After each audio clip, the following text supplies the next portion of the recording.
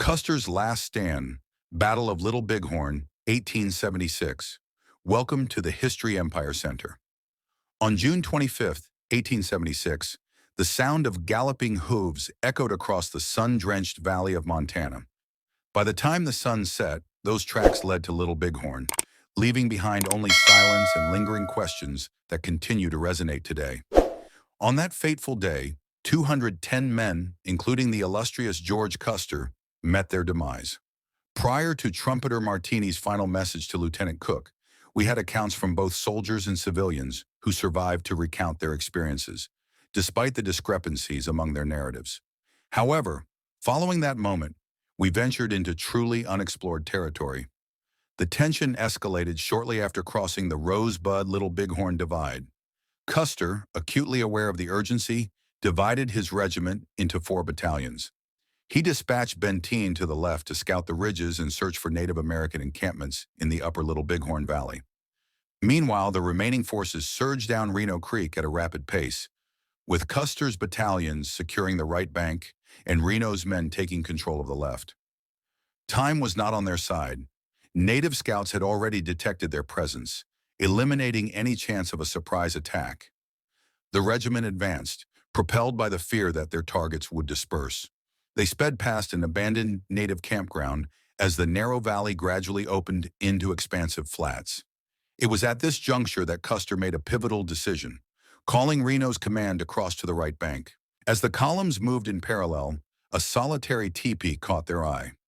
Suddenly, interpreter Gerard's voice pierced the tension from atop a knoll, exclaiming, "There go your Indians, running like devils."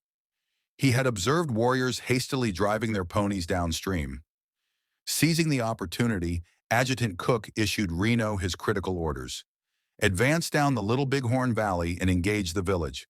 The entire outfit will support you," he assured the major. A distance of merely 1.5 miles separated them from the river crossing that would determine their fate.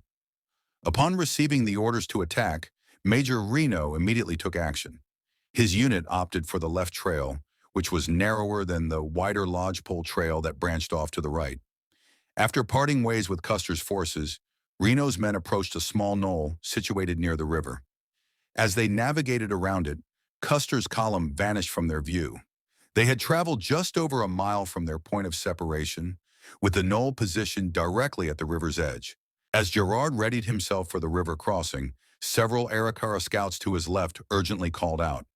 The Indians had reversed their course and were now advancing upriver to confront them. Gerard quickly halted, attempting to alert Reno to this critical situation, but his warning went unheeded as he observed part of the command entering the river. Recognizing the seriousness of this information, Gerard understood he needed to inform Custer. Turning back, he noticed Adjutant Cook approaching the knoll toward Reno's column. They met approximately 75 yards from Fort A. "Where are you headed?" Cook inquired. Gerard informed him of the Indians' movements, to which Cook responded decisively, "All right, I'll go back and report." By this time, Custer's column had completely disappeared from sight. The subsequent events ignited significant controversy. During the Reno Court of Inquiry, no witness reported seeing Custer after the split or his rightward turn. However, in an interview conducted in October 1909, Private Thomas F. O'Neill, who formed part of the rear guard of Reno's column, made a noteworthy assertion. O'Neill claimed that Custer approached within 300 to 400 yards of the river before veering right, following a small ravine where an intermittent stream fed into Reno Creek. This account sharply contrasts with the testimony of Trumpeter Martini at the inquiry, who maintained that Custer remained approximately 800 yards from the river, stopping only to water his horses at a small creek. This brief pause lasted exactly 6 minutes, from 1:20 to 1:26 p.m. Following this, the command advanced rapidly in a straight line for 300 yards before veering right for an additional 400 to 500 yards, ultimately reaching more advantageous terrain on elevated ground. The landscape corroborates Martini's account. The route he described leads to level, ascending ground that provided easier passage than either moving inland or along the bluffs. This trajectory brought them to the highest point south of the Benteen-Reno Hill complex, which explains why Reno's troops occasionally spotted Custer's column as it progressed down the Little Bighorn Valley. The undulating terrain and the column's eastward movement behind various rises account for the intermittent visibility of Custer's forces from the valley. Custer himself rode ahead and to the left of his 5 companies, maintaining a careful balance that allowed him to oversee his moving columns while remaining within sight of the valley at intervals. Any orders he issued were directed toward Cook and the battalion commanders, Keogh and Yates, guiding them toward the most prominent feature in the landscape, Sharpshooter's Ridge. One can envision his authoritative voice resonating, instructing, "Head toward that high ground, Cookie. I will ride the bluffs." Upon reaching the summit, Custer would obtain an unobstructed view of the valley, enabling him to direct his battalions with accuracy. By riding well ahead of his troops, Custer alternated between 2 or possibly 3 fresh horses, providing him a considerable advantage over his men's weary mounts. From his vantage point along the bluffs, he observed Reno dismounting to establish a skirmish line below, evaluating the terrain. He signaled his command to advance between the bluffs and the large hill, following the natural slope that led into a coulee. His 5 enterprises positioned themselves strategically between 2 significant landmarks located south of Medicine Tail Coulee, Sharpshooter's Ridge, and the Weir Peaks complex. Beyond Sharpshooters, near Weir, another coulee appeared, directing toward his intended path. Curley, the Crow scout accompanying Custer, provided essential insights regarding these maneuvers during an interview with Walter Camp on September 18, 1908. He recounted how Custer traversed the crest of a lengthy ridge, emerging 500 feet north of the Reno Corral. For approximately 3/4 of a mile, Custer's command advanced along the top of the bluff, clearly visible from the river in the valley below. They maintained a rapid pace, with Reno's forces easily observable throughout this segment. While Camp posited that the column entered Medicine Tail via Cedar Coulee, Curley's narrative unveiled more nuanced details. He mentioned a high ridge running parallel to the river, though not as elevated as the peaks south of the Weir Peaks. Curley explained that Custer's command moved into a tributary valley situated behind this ridge in the peaks, heading directly north until they reached Medicine Tail Coulee, approximately 1 mile from Fort B. On August 24, 1919, General Hugh L. Scott collected further testimonies from Curley, a white man known as Runs Him and the Minneconjou warrior Feather Earring. They depicted a striking scene at the summit of the ridge, where Custer turned and waved his hat to his enthusiastic men below. The force surged forward at full gallop before Custer directed them to the right, following a coulee northward. This rightward maneuver, executed from a 3,411-foot elevation while observing Reno's engagement, steered them toward Cedar Coulee. In a 1910 interview with Walter Camp, Carlo Di Rudio disclosed that Custer's command primarily operated in a column of 4s formation. However, at 1 or 2 constricted points, they were compelled to transition into a column of 2s, a detail that strongly indicated their passage through Cedar Coulee, the only terrain necessitating such a shift. Lieutenant Wynne Edgerly of Company D offered a significant viewpoint in his statement to the Leavenworth Times on August 18, 1881. He recounted, "I mounted the troop and followed Captain Thomas Weir. After traveling a few hundred yards, I veered to the right with the troop and entered a small valley, which likely was the one traversed by Custer and his men, or at least closely parallel to it, as we advanced toward the large group of Indians we had previously observed from the highest point." Edgerly's exploration of the valley was abruptly halted when Tom Weir, stationed on the bluff now referred to as Weir Peaks, signaled him to return. In later correspondence with Camp during the early 1900s, Edgerly confessed that he never actually witnessed Custer's trail.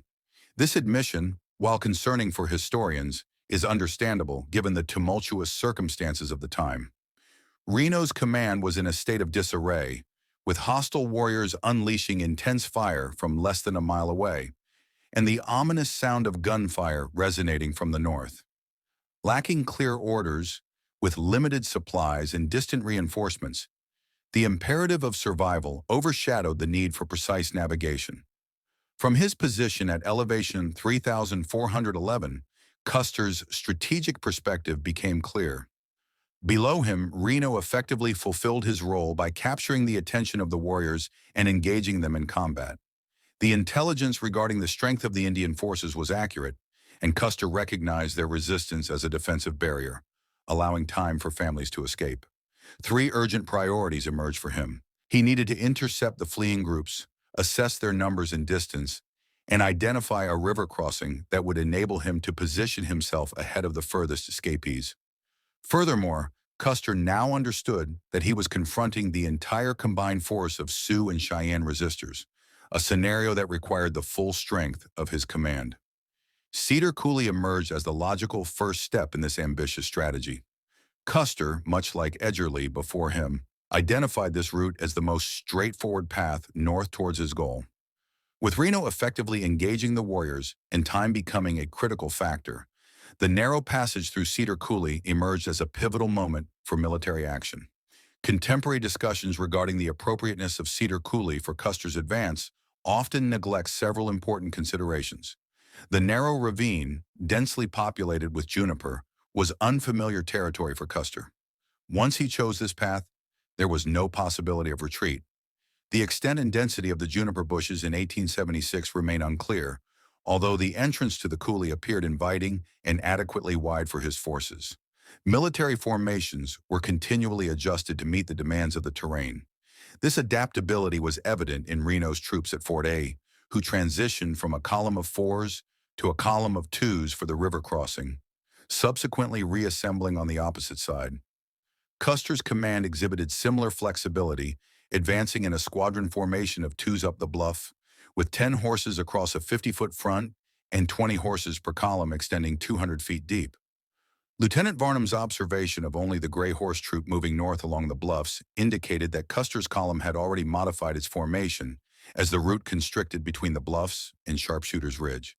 The account of young Crow Scout Curley, recorded by James Willard, detailed his return to the column through a sagebrush ravine that clearly led away from the valley, unmistakably identifying it as Cedar Coulee. This vegetation likely impacted troop movements, compelling Custer to reduce his speed and reorganize his lines, potentially directing some units along the banks of the Coulee. Recently, they narrowly avoided a collision with 3 Crow Scouts, recently dispatched by Boyer, who were advancing north along the bluffs of the Little Bighorn.